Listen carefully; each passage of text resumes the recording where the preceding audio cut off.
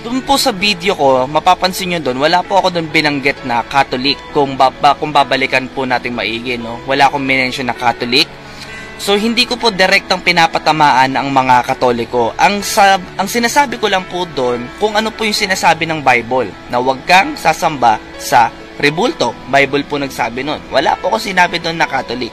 Yon, pinabulaan na ng pastor na born again na si Sid G. David na di daw Katoliko ang pinatatamaan niya. Dahil sabi niya, hindi naman direktang Katoliko ang pinatamaan ko. O, di, pinatamaan niya, hindi lang direkta. Di ba? Bakit?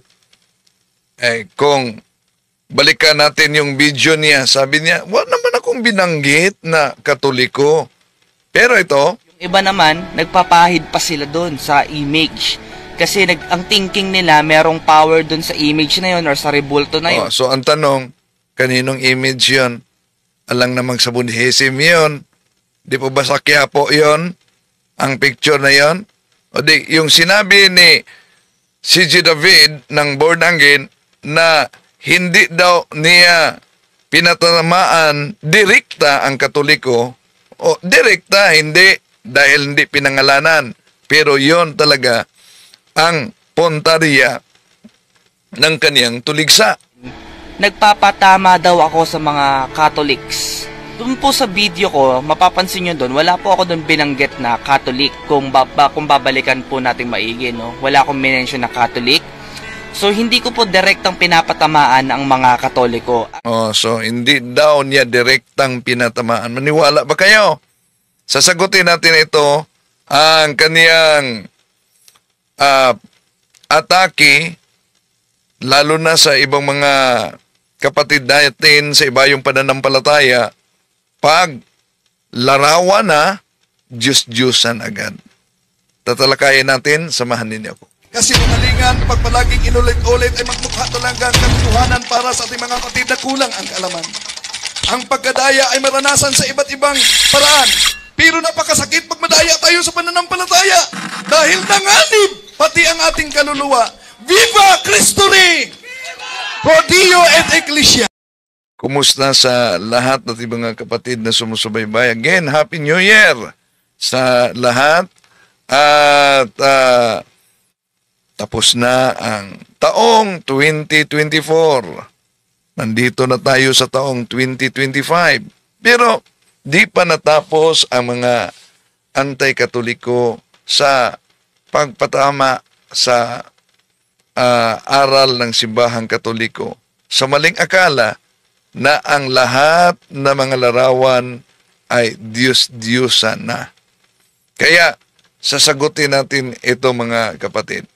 Kumusta? Welcome po sa mga suking taga-subaybay at huwag kalimutan na pindutin ang like sa ating live at huwag ding kalimutang mag-subscribe kung bago ka lang at pindutin ang bell button para updated kayo sa ating talakayan, mag-comment at i-share ninyo.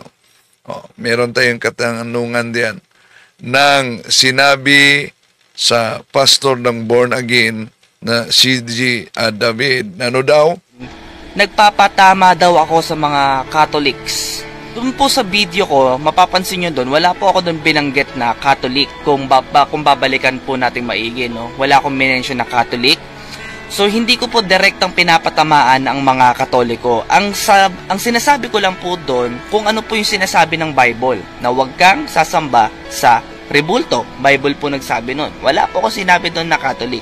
Tama naman na may binanggit ang Bible na huwag kang magsamba sa rebulto, pero huwag mong putulan yung Diyos-Diyosan. Lahat ba na rebulto, monumento sa Biblia ay ipinagbabawal? Baka di nakita yan ng ating kapatid na pastor. Halimbawa, sa Isaias Kapitulo Isaias Kapitulo 56, versikulo 5, using the Living Bible, then I will set up a monument in the area of my temple. Ano daw ang templo ng Diyos? Merong monumento. I will set up a monument in the area of my temple. Ang tanong, ano po ba ang kabuluhan at tinatalakay na natin kung ano ba ang kabuluhan sa monumento? Protestant na salin pa rin. Etong Joshua chapter 4 verses 6 up to 7. We will use them to build a monument so that in the future, when your children ask, what is this monument for? You can tell them, it is to remind us that the Jordan River stopped flowing when the Ark of God went across. The monument will be a permanent reminder to the people of Israel of this amazing miracle. So, malaki palang kabuluhan ang monumento. Pero ang tanong, lahat ba na mga larawan diyan sa Biblia ay Diyos-Diyosa na?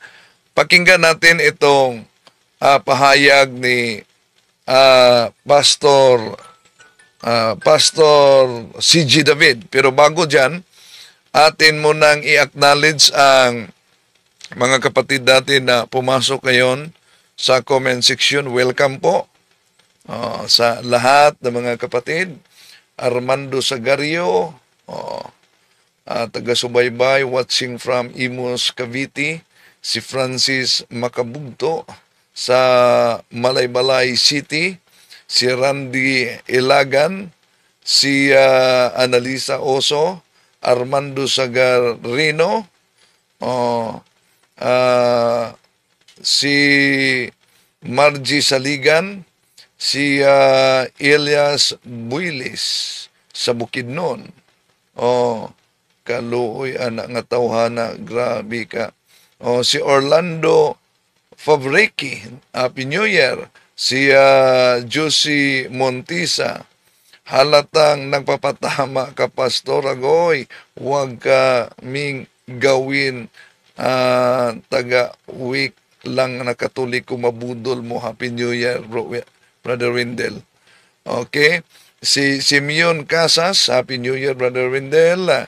Sa lahat ng mga kapuntos, kay Father Darwin Gitgano, kay Bro Jando Alabado, kay Kebornok. Malapit na birthday ni Kebornok.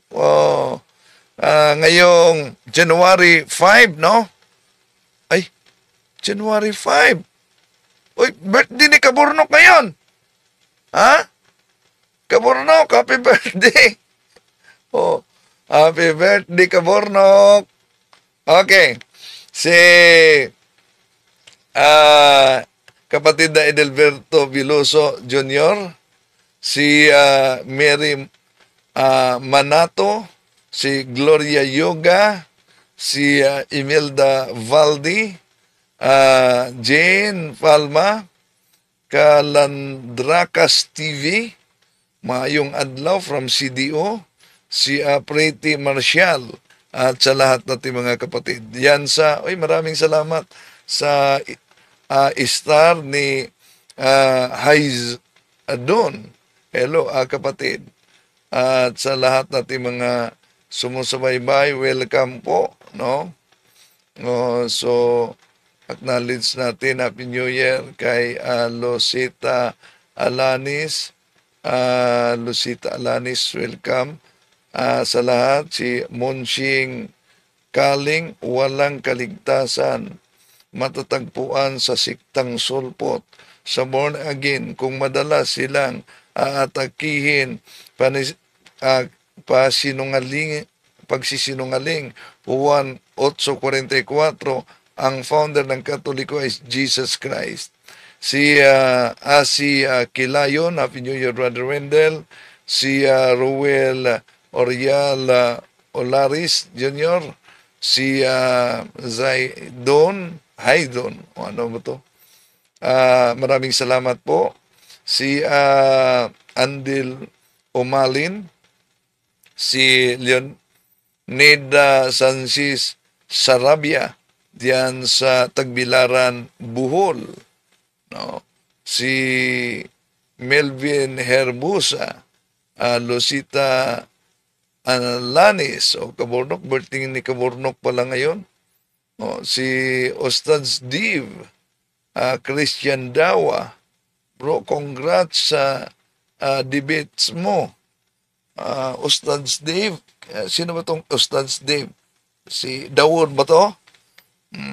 Si Lasita Alanis, salamat bro, Brad Windel, amin. Sa lahat natin mga sumusubaybay. Uy, maraming salamat sa suporta ni kapatid na Randy Ilagan. Kaburnok! Hello, happy birthday Kaburnok!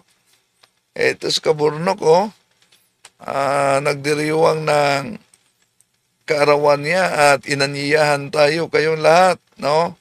Magpunta sa bahay ni Kaburnok, hanapin niyo si Kaburnok. Doon tayo magtanghalian sa kanya. Si Josie Montisa, watching from Manila. Si kapatid na Corazon Visconde, Happy New Year. Mga taga-CFD, salamat. Nandyan kayo. Tagapagpaliwanag sa tunay na pananampalataya. Randy Ilagan, Happy New Year. Si Armando Sagarino, happy birthday, Funk Busters, Kaburnok. Si Randy Ryan Labawan, watching from Japan. Juicy Montisa, happy birthday Kaburnok. Fuckbusters PH, happy birthday. Happy New Year, bro Wendell. Birthday mo, di po ba? So, doon kami maghapunan, ha? Kaburnok? Hanapin ka namin. So, Margie Saligan, happy birthday, Kaburnok. Orlando Pabliga, happy birthday, bro, Kaburnok. So, sa lahat natin mga kapatid na sumusubaybay, si Bisaya po kong dako. Bisaya kang dako. Ako ang Kristiyano na marunong mag-Arabic. Kabayan na bro Windel. So, maraming salamat. Yung sa Bohol, may CFD tayong magaling talagang mag-Arabic, no? So, sa lahat natin mga kapatid na sumusubaybay, welcome sa ating lahat. At di na natin pa tatagalin pa. Okay, pakinggan natin si G. David at sasagutin natin ito. Tanong sa akin. Sabi niya sa akin, CJ, bakit hindi ka sumasamba sa rebulto? Or bakit yung samahan ninyo ay walang mga imahen? So, yun.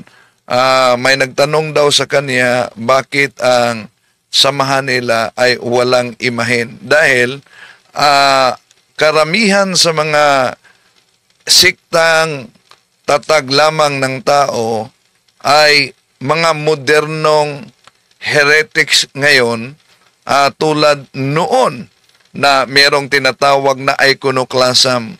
Yung iconoclasm na pinangunahan noon ni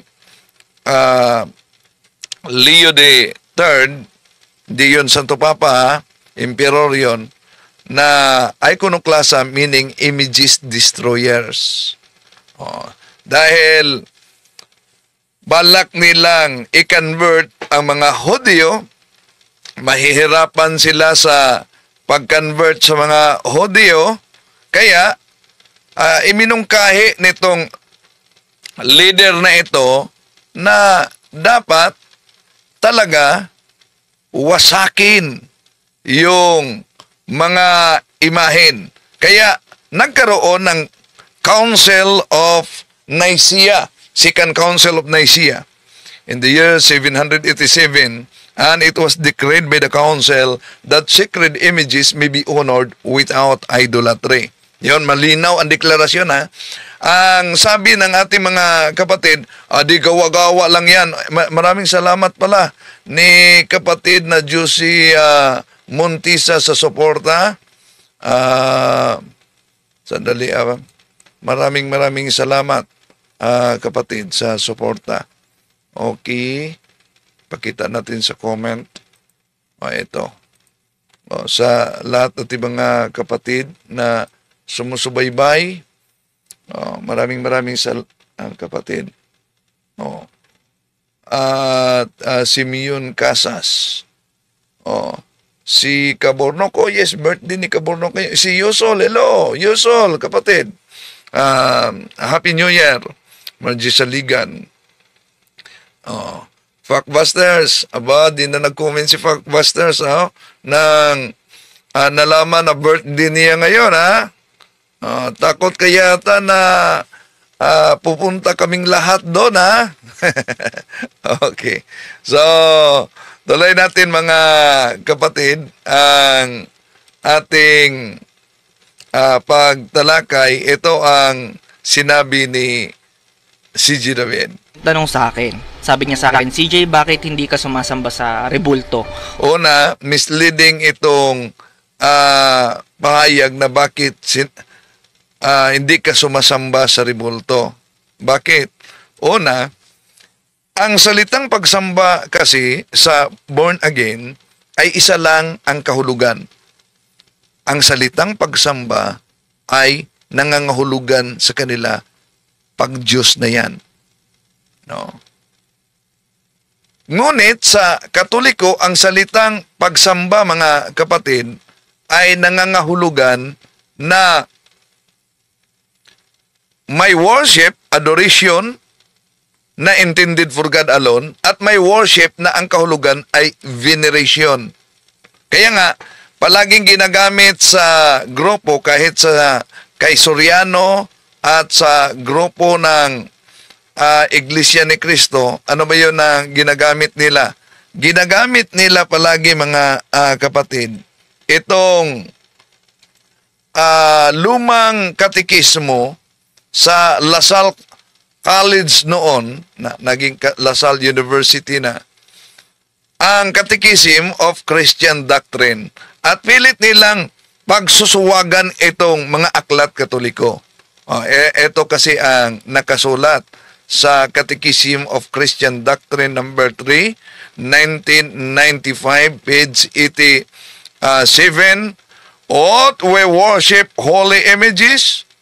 We should have, particularly in our churches, images of our Lord, as also have the Blessed Virgin and the saints, and we should pay them due honor and veneration.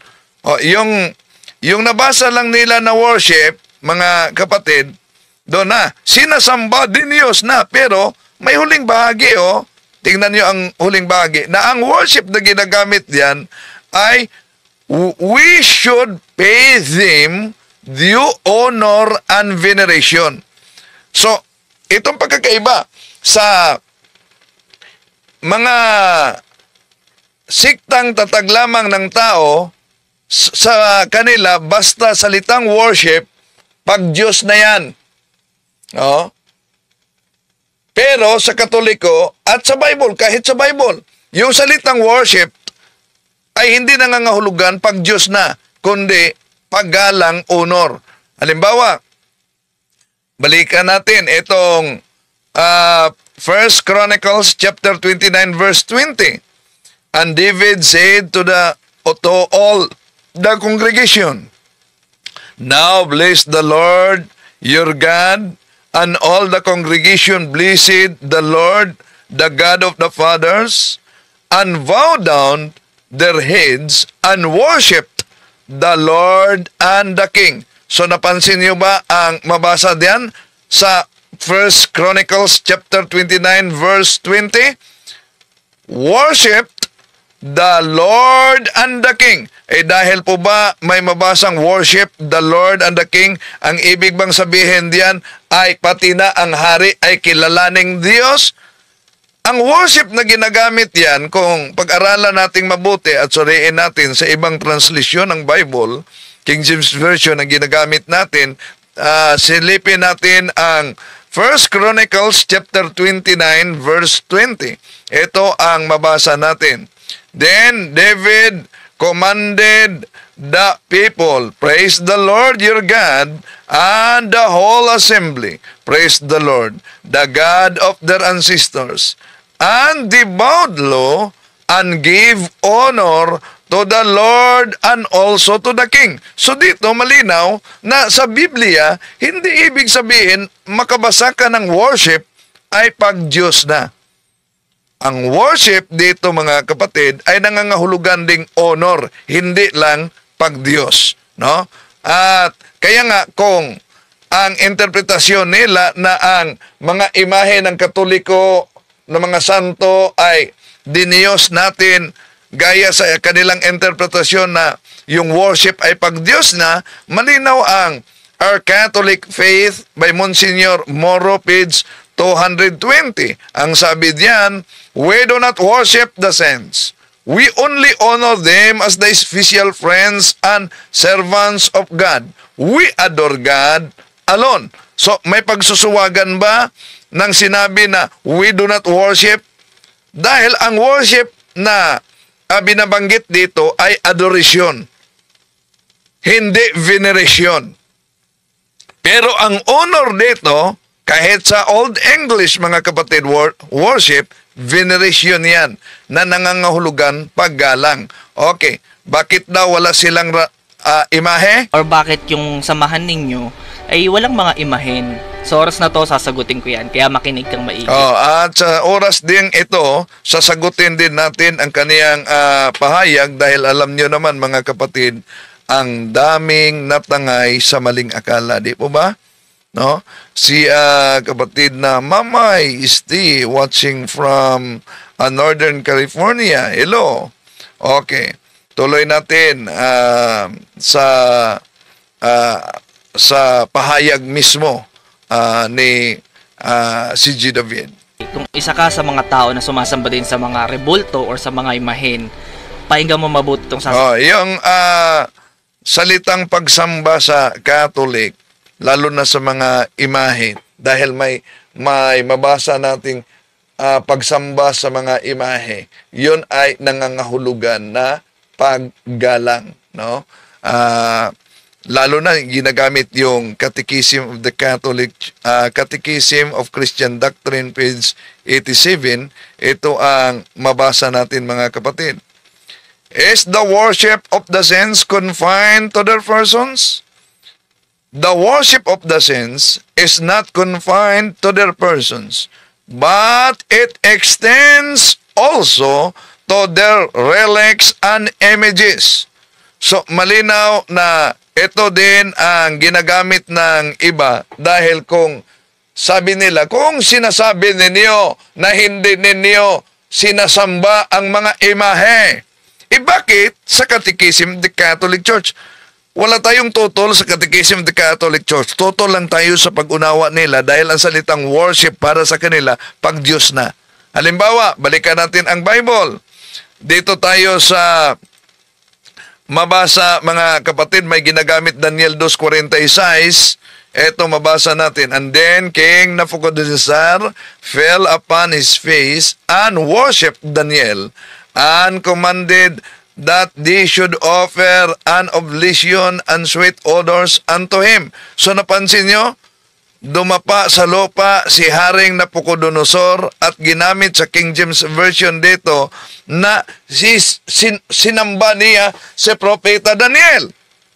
Ang pagsamba ba dito ay dahil nabasa ang salitang pagsamba, ito ba'y pag-Diyos na? Hindi. Dahil kung ituloy natin, si Haring Nabucodonosor na sumamba kay Propeta Daniel, sabi niya, tunay talaga ang iyong Diyos. Siya ang Diyos sa lahat ng Diyos. So, hindi kinikilala ni Haring Nabucodonosor si Daniel bilang Diyos, kundi kinikilala niya ang Diyos ni Daniel na tunay na Diyos. Kaya, kung King James Version ginagamit ang salitang worship dahil Old English yan, sa bagong English, kung gagamitin natin sa New International Version, sa naturang talata, Daniel 2:46, ito mabasa natin.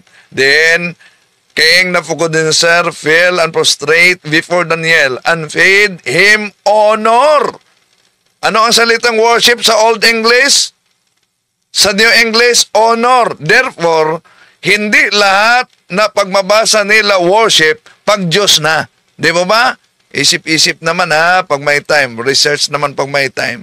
Tuloy natin. Sabihin ko, dahil naniniwala ko, kailangan mo ito na matutunan. So naniniwala din ako dahil si G. David, dating Katoliko siya. Pero, yun ang mahirap kung dating Katoliko ka, lalo na pag wala kang alam sa pinanggalingan mong pananampalataya at doon ka natuto sa mga anti-Katoliko.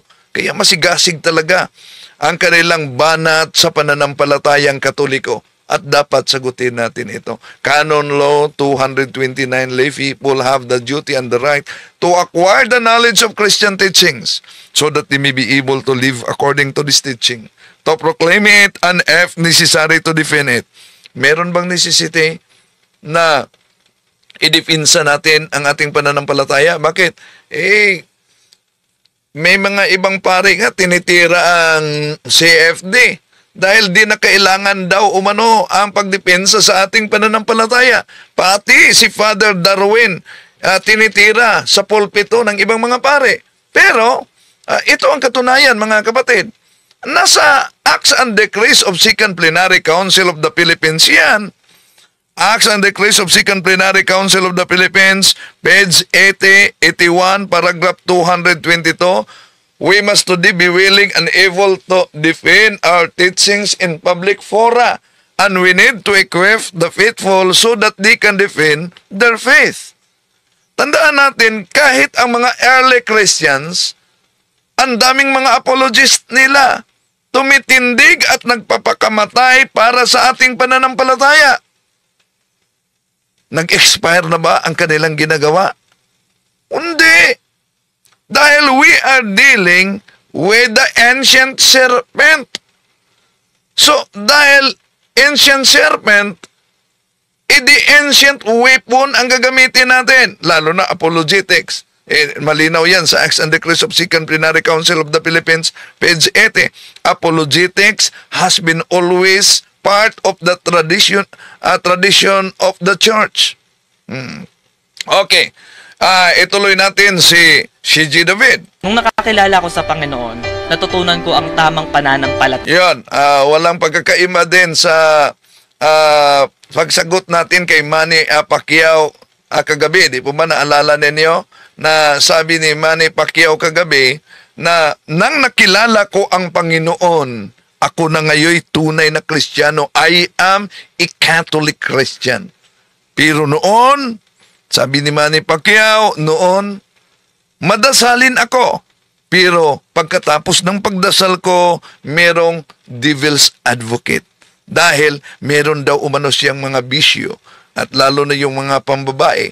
Kasalanan ba ng simbahan kung may mga kaanib na kahit madasalin at nagsasamba ngunit bumalik sa kasalanan? Hindi. Sa aklat na ang pamagat ay pananampalataya ng ating mga ninuno ni James Cardinal Gibbons sa pahina 30 na ginagamit ng mga iglesia ni Cristo kay Manalo, nakasulat yan, nalulungkot kaming ipagtapat na ang kabulukan sa moral ay malimit na nasusumpungan sa sinapoponan. Nito mga nagsasabi na sila'y mga Katoliko, di natin maipipikit ang ating mga mata sa harap ng katotohanan na marami sa kanila hindi nabubuhay ayon sa ipinag-uutos ng kanilang iglesia, kundi bagkus nagiging sanhe pa ng kalungkot-lungkot na iskandalo. So, ang mga makasalanan nakaanib sa simbahang Katoliko, mapari man siya, maobispo man siya, masanto papa man siya, sino man sa atin na nagkasala tayo, hindi dahil na tayo'y Katoliko, dahil hindi tayo sumusunod sa aral sa banal na simbahang tatag ng ating Panginoon Kristo. Pero ulitin ko, batay sa kasaysayan, ang dami ng mga makasalanan na sumusunod sa aral ng simbahang Katoliko at sila'y nagiging mga santo. Tuloy natin si G. David. Taya at kung paano ang tamang pagsamba sa Diyos. At ito yung pagsunod sa sinasabi ng Bible. Hindi Ayan. Dinanggit natin itong kagabi para sa di nakapanood kagabi mga kapatid. No, pwede niyong balikan ang video kagabi. No?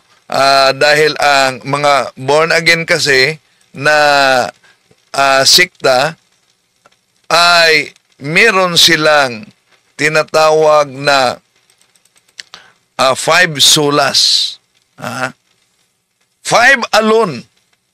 Ano yung 5 alone? Sola Scriptura, Bible alone, sola fide, faith alone, sola gratia, grace alone, sola Deo gratia. So, para sa kanila, yung nakasulat lang talaga sa Biblia ang dapat maniwalaan. At di na sila dapat pa maniwala, mga kapatid, sa idiniklara ng simbahan. Dahil para sa kanila, gawa-gawa na yon ng tao kung wala sa Biblia. Sige nga, anong kalendaryo ang sinundan ninyo ngayon sa New Year? Aber? Ano? Gregorian calendar yan. Idineklara yan ni Pope Gregory XIII sa taong 1852. Kung ayaw ninyong sumusunod sa otoridad Katoliko, iba't sumusunod kayo sa kalendaryo na iyon ay ecclesiastical calendar ng simbahan. Di ba ba? Gets nyo? Okay, tuloy natin. sa sinasabi ng tao. Kaya ang pananampalataya ko ay lagi nakabase sa Biblia, hindi So, sa sinabi ng tao. ang pananampalataya daw niya ay laging nakabase sa Biblia, hindi sinabi sa tao. Ngayon, ikay tao at may sinasabi ka ngayon na sinabi mong dapat nakabase lagi sa Biblia. O sige, batay lang sa pahayag na yan at hindi batay sa sinasabi ng tao. So, yun lang. Asan mabasa sa Biblia, na ang paniniwala ay dapat nakasulat sa Biblia at hindi yung batay pahayag sa tao?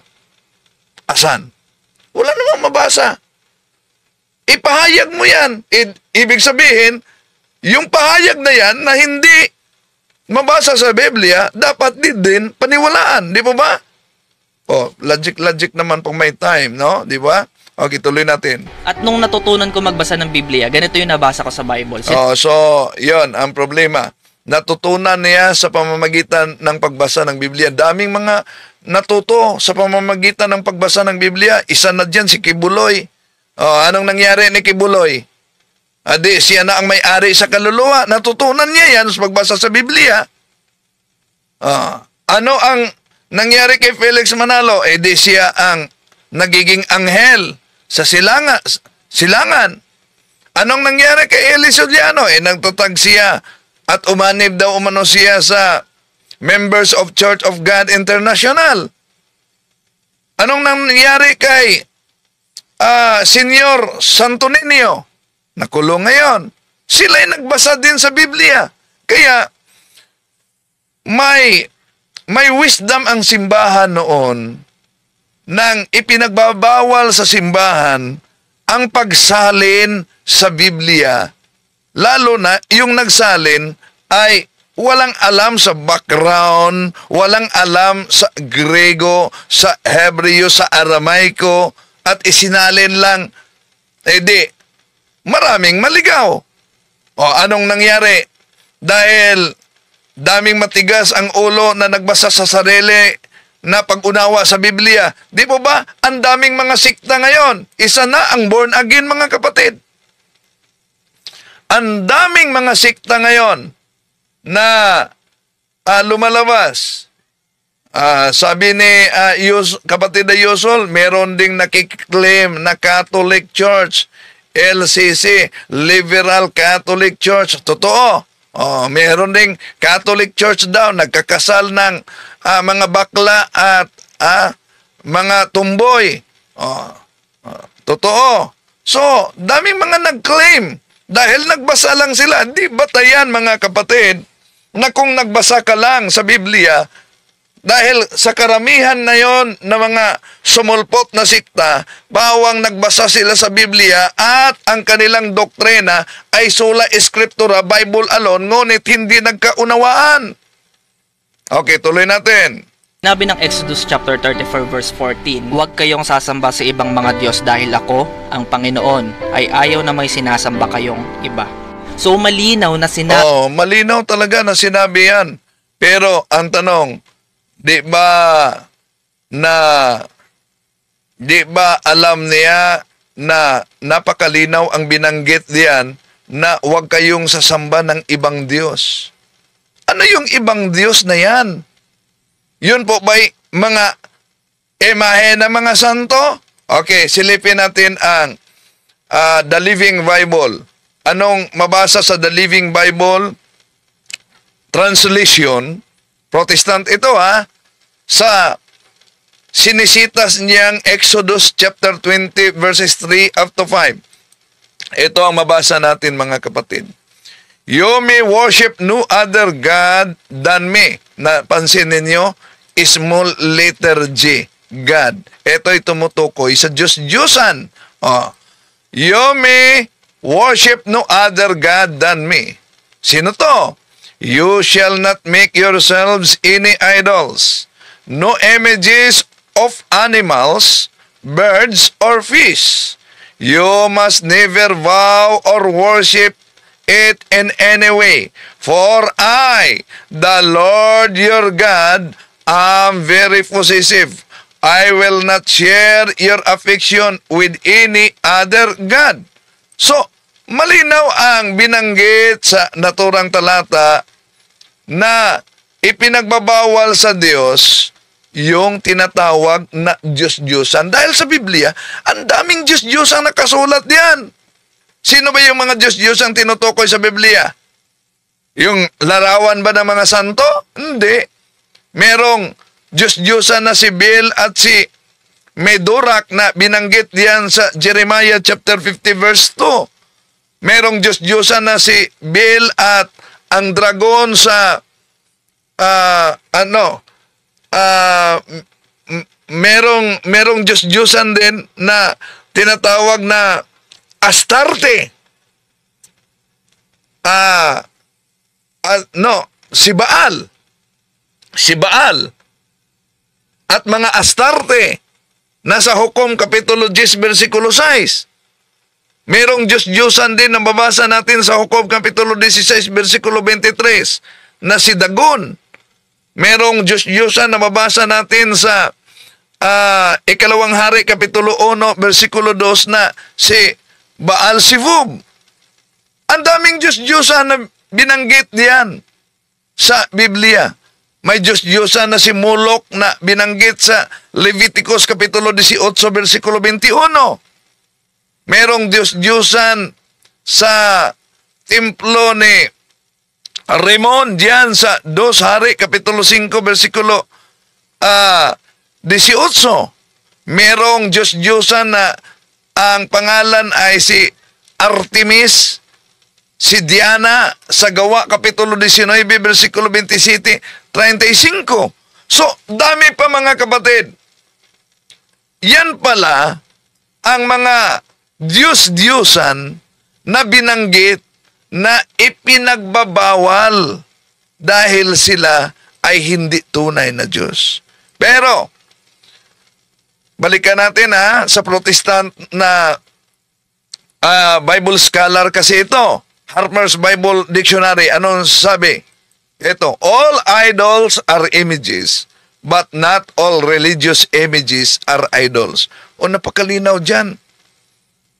Na ang lahat umano na mga Diyos-Diyosan ay mga imahe. Pero hindi lahat ng mga relihiyosong imahe ay mga Diyos-Diyosan. Ang klaro niyan mga kapatid, di po ba? Okay. So, tuloy natin mga kapatid ang kanyang pahayag. Sabi ng nag-iisang Diyos natin sa langit na huwag kang sasamba sa ibang Diyos. Tama naman na kahit yun naman ang aral ng simbahang Katoliko, huwag kang sasamba ng ibang Diyos. Kaya, mariing ipinagbabawal sa simbahang Katoliko ang mga amulets dahil idolatry yan. Catechism of the Catholic Church, numero 2116, 21 Diyos-Diyosan yan. Pero ang tanong, lahat ba na mga larawan diyan sa Biblia ay Diyos-Diyosan na? Hindi. Kaya ang ginawa ng simbahang Katoliko sa mga larawan ng mga santo sa Catechism of the Catholic Church, hindi ang pagdiyos sa kanila, kundi isang paggalang, tinatawag na veneration. Catechism of the Catholic Church, number 2138. The Christian veneration of images is not contrary to the first commandment, which prescribes idols. Indeed, the honor rendered to an image passes to its prototype. And whoever venerates an image venerates the person portrayed in it. The honor paid to sacred images is a respectful veneration, not the adoration due to God alone. O, napakalinaw naman yung aral ng simbahang Katoliko, mga kapatid, di ba?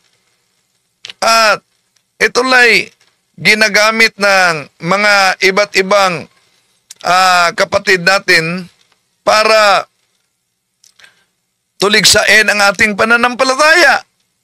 Tanong, magagalit ba ang Diyos kung ating igalang lalo na yung mga santo niya? Hindi. Ito ang mabasa sa Christian Community Bible. On that day, the Lord will be glorified in His sins. Oh. So galit ang Diyos sa mga Diyos-Diyosan. Pero ang kapurihan ng Diyos ayon sa ikalawang Tesalonica, Kapitulo 1, versikulo 10, on that day, the Lord will be glorified in His sins. Ang problema, ang ating mga kapatid sa iba yung pananampalataya, wala silang mga santo. Di ba? Okay, tuloy natin. Diyos natin isa lang. At sinabi mismo ng Bible na hindi ka dapat sumamba sa ibang Diyos. At ayaw na ayaw ito ni God na sumasamba ka sa ibang Diyos. Oh, yan. Tama naman na ayaw talaga ng Diyos na sumasamba ng ibang Diyos. At ang mga santo, hindi yun mga ibang Diyos. Ang mga santo ay bayani ng pananampalataya natin. No. Sila ang mga santo dahil ang tunay na iglesia, kung tignan natin ang unang Korinto 14:33, iglesia ng mga santo. Tuloy natin. Kasi jealous God siya eh. Siya ay mapagbunuhing Diyos. Ibig sabihin, siya ay selosong Diyos. For sure, kapag nalaman mo na yung girlfriend mo or yung boyfriend mo may sinasambang iba, di ba magagalit ka? So, sabi niya, kung malaman mo na yung boyfriend mo o girlfriend mo may sinasambang iba, magagalit ka. Dito pa lang mali na, no? Boyfriend at girlfriend may sinasambang iba, magagalit ka. So, mali na ang statement na ito. Pero, na ginagamit niya. Pero, tama na magagalit talaga ang Diyos sa pagsamba ng Diyos-Diyosan. Lalo na, galit ang Diyos pag iniwan mo ang katotohanan at yayakap ka sa siktang tatag lamang ng tao. Bakit? Unang Juan 2:18-19, nandito na ang mga antikristo. Sila ay kalaban ni Kristo. Sila'y galing sa atin, ngunit sila'y humihiwalay sa atin upang malaman na sila talaga'y hindi kasama natin. Delikado yon. Di po mga kapatid? Delikado yon. Tuloy natin. What more pa si God? Pangalawa, sinabi ng John chapter 4 verse 24, ang Diyos ay Espiritu. Kaya ang sumasamba sa Kanya ay dapat sumamba sa pamamagitan ng Espiritu at katotohanan. So malino na sinabi naman ng Bible na ang Diyos ay espiritu. Tama naman, wala tayong tutol na ang Diyos ay espiritu. Pero, itong Diyos na espiritu, alam ng Diyos mismo na tayo hindi mga espiritu. May katawan tayo. At dahil may katawan tayo, ano ba ang deklarasyon ng pananampalataya nila ni San Juan? Napakalinaw ang deklarasyon ng pananampalataya. Si Santo Tomas, alam nyo ba ano ang deklarasyon sa kanyang pananampalataya? Ito ang deklarasyon ni San Juan sa Juan Kapitulo 20, versikulo 25. Napakalinaw yan, mga mahal na kapatid. No? Ano yung deklarasyon niya? Hanapin natin. Ang sabi kasi diyan, maliban na mahawakan ko at makita ko, hindi ako maniniwala. Ano daw? Maliban lamang na mahawakan niya at makita niya, hindi daw siya maniniwala. So, yun ang deklarasyon talaga. Deklarasyon talaga sa pananampalataya. At maliban dyan, tingnan, ang Diyos ay espiritu, tama, di ba? Pero, nung nagkasala ang mga Israelita, ang Diyos ay nagpadala sa kanila ng ahas. Ang daming nakagat, daming napatay. So, humihiling sila ng tulong kay Moses. At nag-utos ang Diyos kay Moses, sige, maggawa ka ng tansong ahas. Asan yan mabasa? Sa mga Bilang, Kapitulo 21, versikulo 7 hanggang 8. Anong sabi ng Diyos na espiritu? Magawa ka ng tansong ahas para sino man ang makagat sa mga makamandag na ahas. Kung sila'y titingin sa ginawa mong tansong ahas, sila ay gagaling. Ngayon, ang Diyos ay espiritu at makapangyarihan, bakit kailangan mag-utos siya kay Moises na gagawa ng tansong ahas? Di na lang direkta niyang pagalingin yung mga taong nakagat sa makamandag na ahas? Bakit kailangan pa rin na makakita sila sa tansong ahas na ginawa ni Moises? Di po ba napakalinaw na ang Diyos ay espiritu, pero sa pamamagitan ng tansong ahas, pinadaloy ng Diyos ang kanyang kapangyarihan para gagaling ang sino mang makagat sa makamandag na ahas. Dahil yon ay tinatawag na prefiguration. Prefiguration sa crucifixion ng ating Panginoong Hesus. Kung ang Diyos sa lumang tipan ay napagawa ng tansong ahas para maligtas ang sino mang makagat sa mga makamandag na ahas, sa ating panahon, ikinumpara ng ating Panginoong Hesus ang kaniyang sarili sa Numeros chapter 21 verse 7. Pero ito ay hindi na ahas, kundi si Kristo mismo. O pang sino man ang titingin sa kanya ay maliligtas. Asan yan mabasa? Juan Kapitulo 3, versikulo 14 hanggang 15. Ito mabasa natin.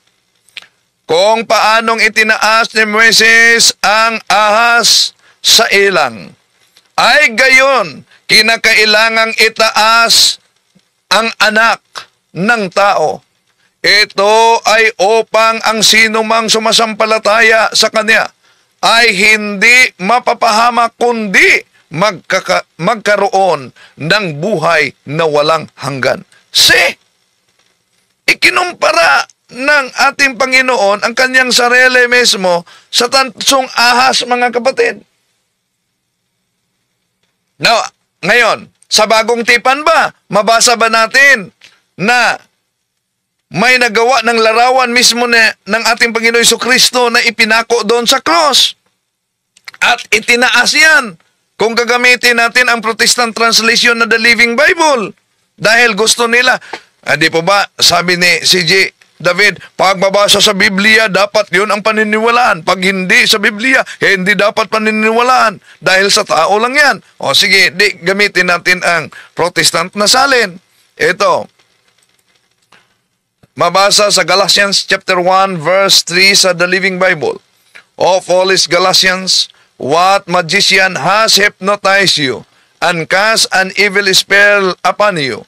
For you used to see the meaning of Jesus Christ's death as clearly as though I have waved a placard before you with a picture on it of Christ dying on the cross. Ano daw? Napakalinaw ang nakasulat. Itinaas niya ang placard with a picture on it of Christ dying on the cross. O, di po ba gusto nila? Dapat yung mabasa sa Biblia with a picture on it of Christ dying on the cross. Napakalinaw yan mga mahal na kapatid. Batay mismo sa mabasa natin. With a picture on it of Christ dying on the cross. Now, ano ba ang kahit nga kung tingnan natin ang isa pang salin ng Biblia, napakalinaw din ang mabasa mga kapatid. Kaya kung ang batayan nila ang pagkamabasa sa Biblia ang dapat paniwalaan natin, iba't ibang salin ang ginagamit natin. Hindi po tayo ibig sabihin na ang mga Katoliko ay sola scriptura na. Pero dahil hinahanap nila kasi yung letra por letra, kaya binigyan natin sila ng kasagutan batay mismo sa mabasa. Hindi siya kahoy, hindi siya bato. At sinabi mismo ng verse na yan na kapag sinamba mo ang Diyos, sambahin mo siya sa espiritu at katotohanan. Hindi ka sasamba sa bato, hindi ka sasamba sa kahoy, sa spiritual ka sumamba, sa katotohanan. Ang Diyos ay buhay, hindi siya patay, hindi siya rebulto, hindi siya bato, hindi siya kahoy. Kapatid, ano ba ang Diyos? So, tama naman na ang Diyos ay buhay. Pero ang tanong, bakit itong Diyos na buhay na pinaniniwalaan mo ay nag-utos mismo na sa kanyang templo ay merong monumento? Ano po ba yung monumentong ito? Ito po ba hindi gawa sa bato? Ito. Then I will set up a monument in the area of my temple. O ano daw? I will set up a monument in the area of my temple. So ano ang kabuluhan nitong monumentong ito? Bakit may monumento talaga? Kahit na sa Ikalawang Hari, Kapitulo 23, versikulo 15 hanggang 18, di po ba pinagiba ng Diyos ang lahat ng mga monumento ng Diyos-Diyosan? Winasak, sinunog. Pero di niyo ba yun nabasa? Na nakita ni Propeta Diyos niya may monumento na nakatindig. At nagtanong siya, kaninong monumento yan? At ang sagot naman ng mga tao, monumento yan ng propeta. Anong sabi ni Propeta Josias? Huwag nyo yang galawin. So, ibig sabihin, hindi lahat ng mga larawan at monumento ay Diyos-Diyosan. Kaya sa salin ng Biblia Protestante, The Living Bible, Joshua chapter 4 verses 6 up to 7. We will use them to build a monument so that in the future, when your children ask, what is this monument for? You can tell them, it is to remind us that the Jordan River stopped flowing when the ark of God went across. The monument will be a permanent reminder to the people of Israel of this amazing miracle. See? The monument will be a permanent reminder of this amazing miracle. Napakalinaw mga kapatid na hindi pala lahat na mga imahe o Diyos-Diyosan ang ipinagbabawal diyan sa Biblia. Hindi lahat ng mga imahe ay Diyos-Diyosan. Ang ipinagbabawal ay yung mga Diyos-Diyosan lang. At tulad dito sa Deuteronomio Kapitulo 4, versikulo 16. Baka kayo'y mga kasama at kayo'y gumagawa sa inyo ng isang larawang enanyuan na kawangis ng alinmang larawan na kahawig ng lalaki o babae. Bakit binanggit diyan? Dahil ang interpretasyon ng ibang sikta dito, alam nyo? Di po ba? May kahawig ng babae at lalaki. So, therefore, ito ay mga Diyos-Diyosa na tulad ni Santa Maria, babae, at lalaki, San Lorenzo Ruiz. Mali! Bakit? Sa Lumang Tipan, may mga Diyos-Diyosa na silang babae at lalaki. Unang Hari, Kapitulo 11, versikulo 33, mga kapatid, ito mabasa natin. Ginawa ko ito sapagkat tinalikuran niya ako at naglingkod kay Astarte, ang Diyos ng mga Sidonyo, kay Kamos ang Diyos ng Edom, at kay Malok ang Diyos ng mga Amomita. Hindi sila namuhay ng ayon sa kalooban ko. Hindi niya ginawa ang gusto ko, at hindi niya sinunod ang aking mga utos at tuntunin. Hindi nga niya sinundan ang halimbawa ni David. Yun ang ipinagbabawal ng Diyos sa Biblia, mga kapatid. So, hindi lahat na mga larawan diyan sa Biblia ay Diyos-Diyosan. Napaka linaw diyan, pero parang pilit talagang iniwasan nito mga kapatid natin sa iba yung pananampalataya.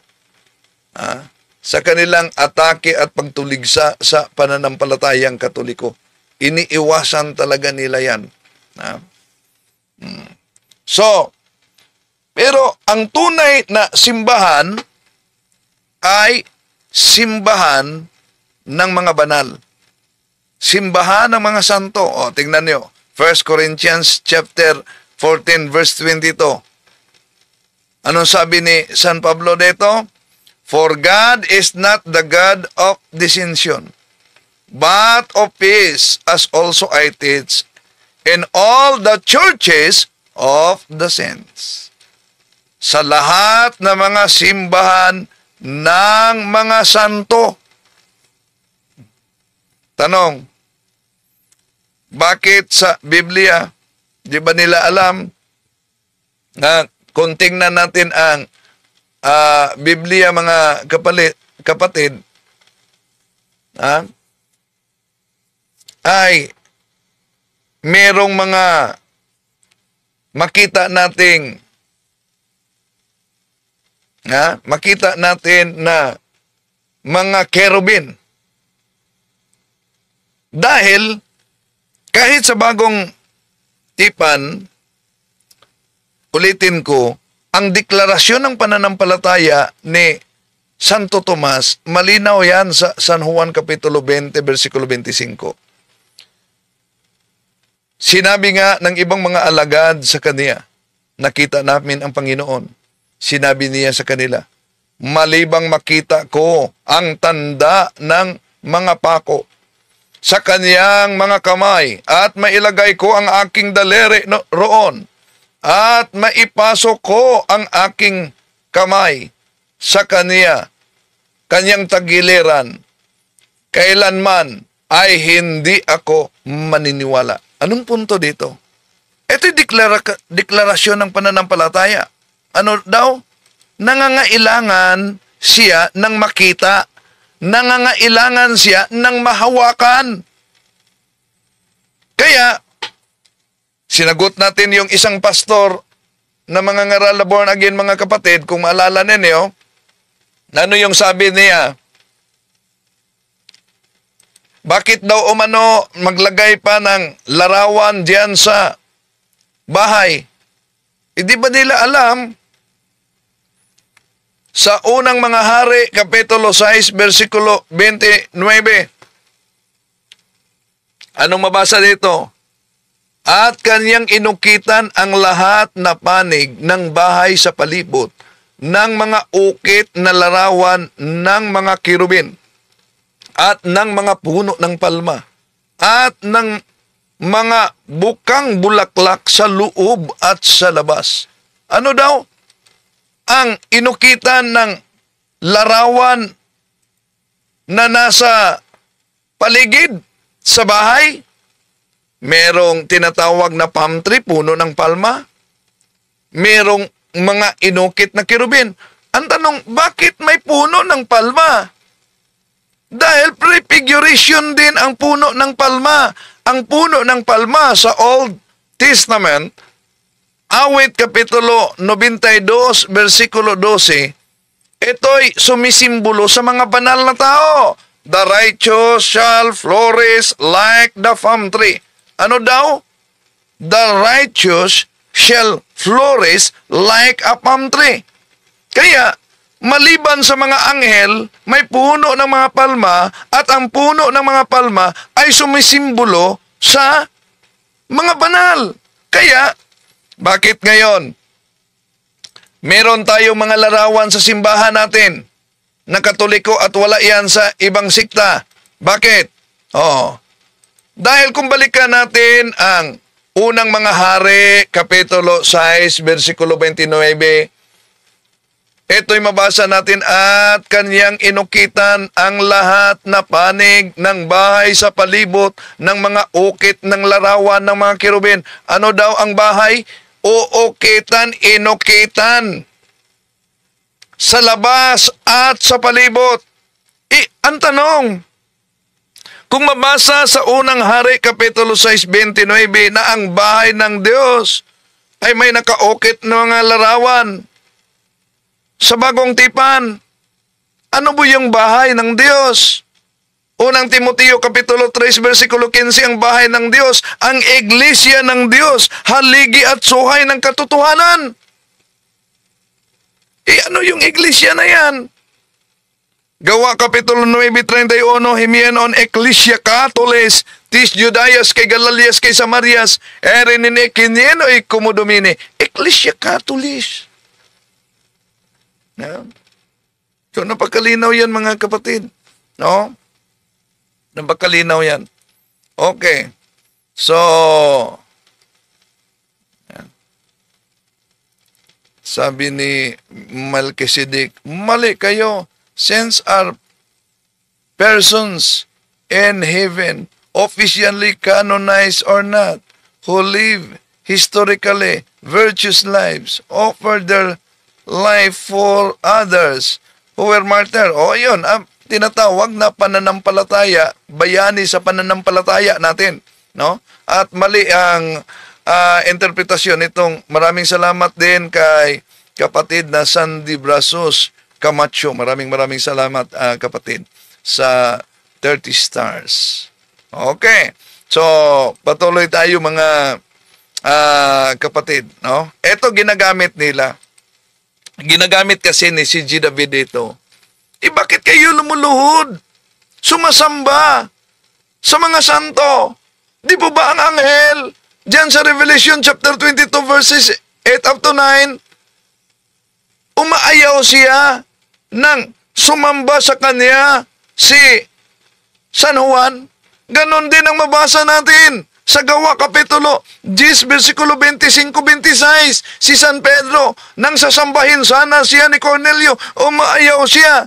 Kung ang mga anghel at kung si San Pedro nabuhay, umaayaw siya nang sasambahin sana siya ni Cornelio. Ang tanong, bakit kayong mga Katoliko sinasamba ninyo ang patay ng mga santo sa pamamagitan ng kanilang mga imahe?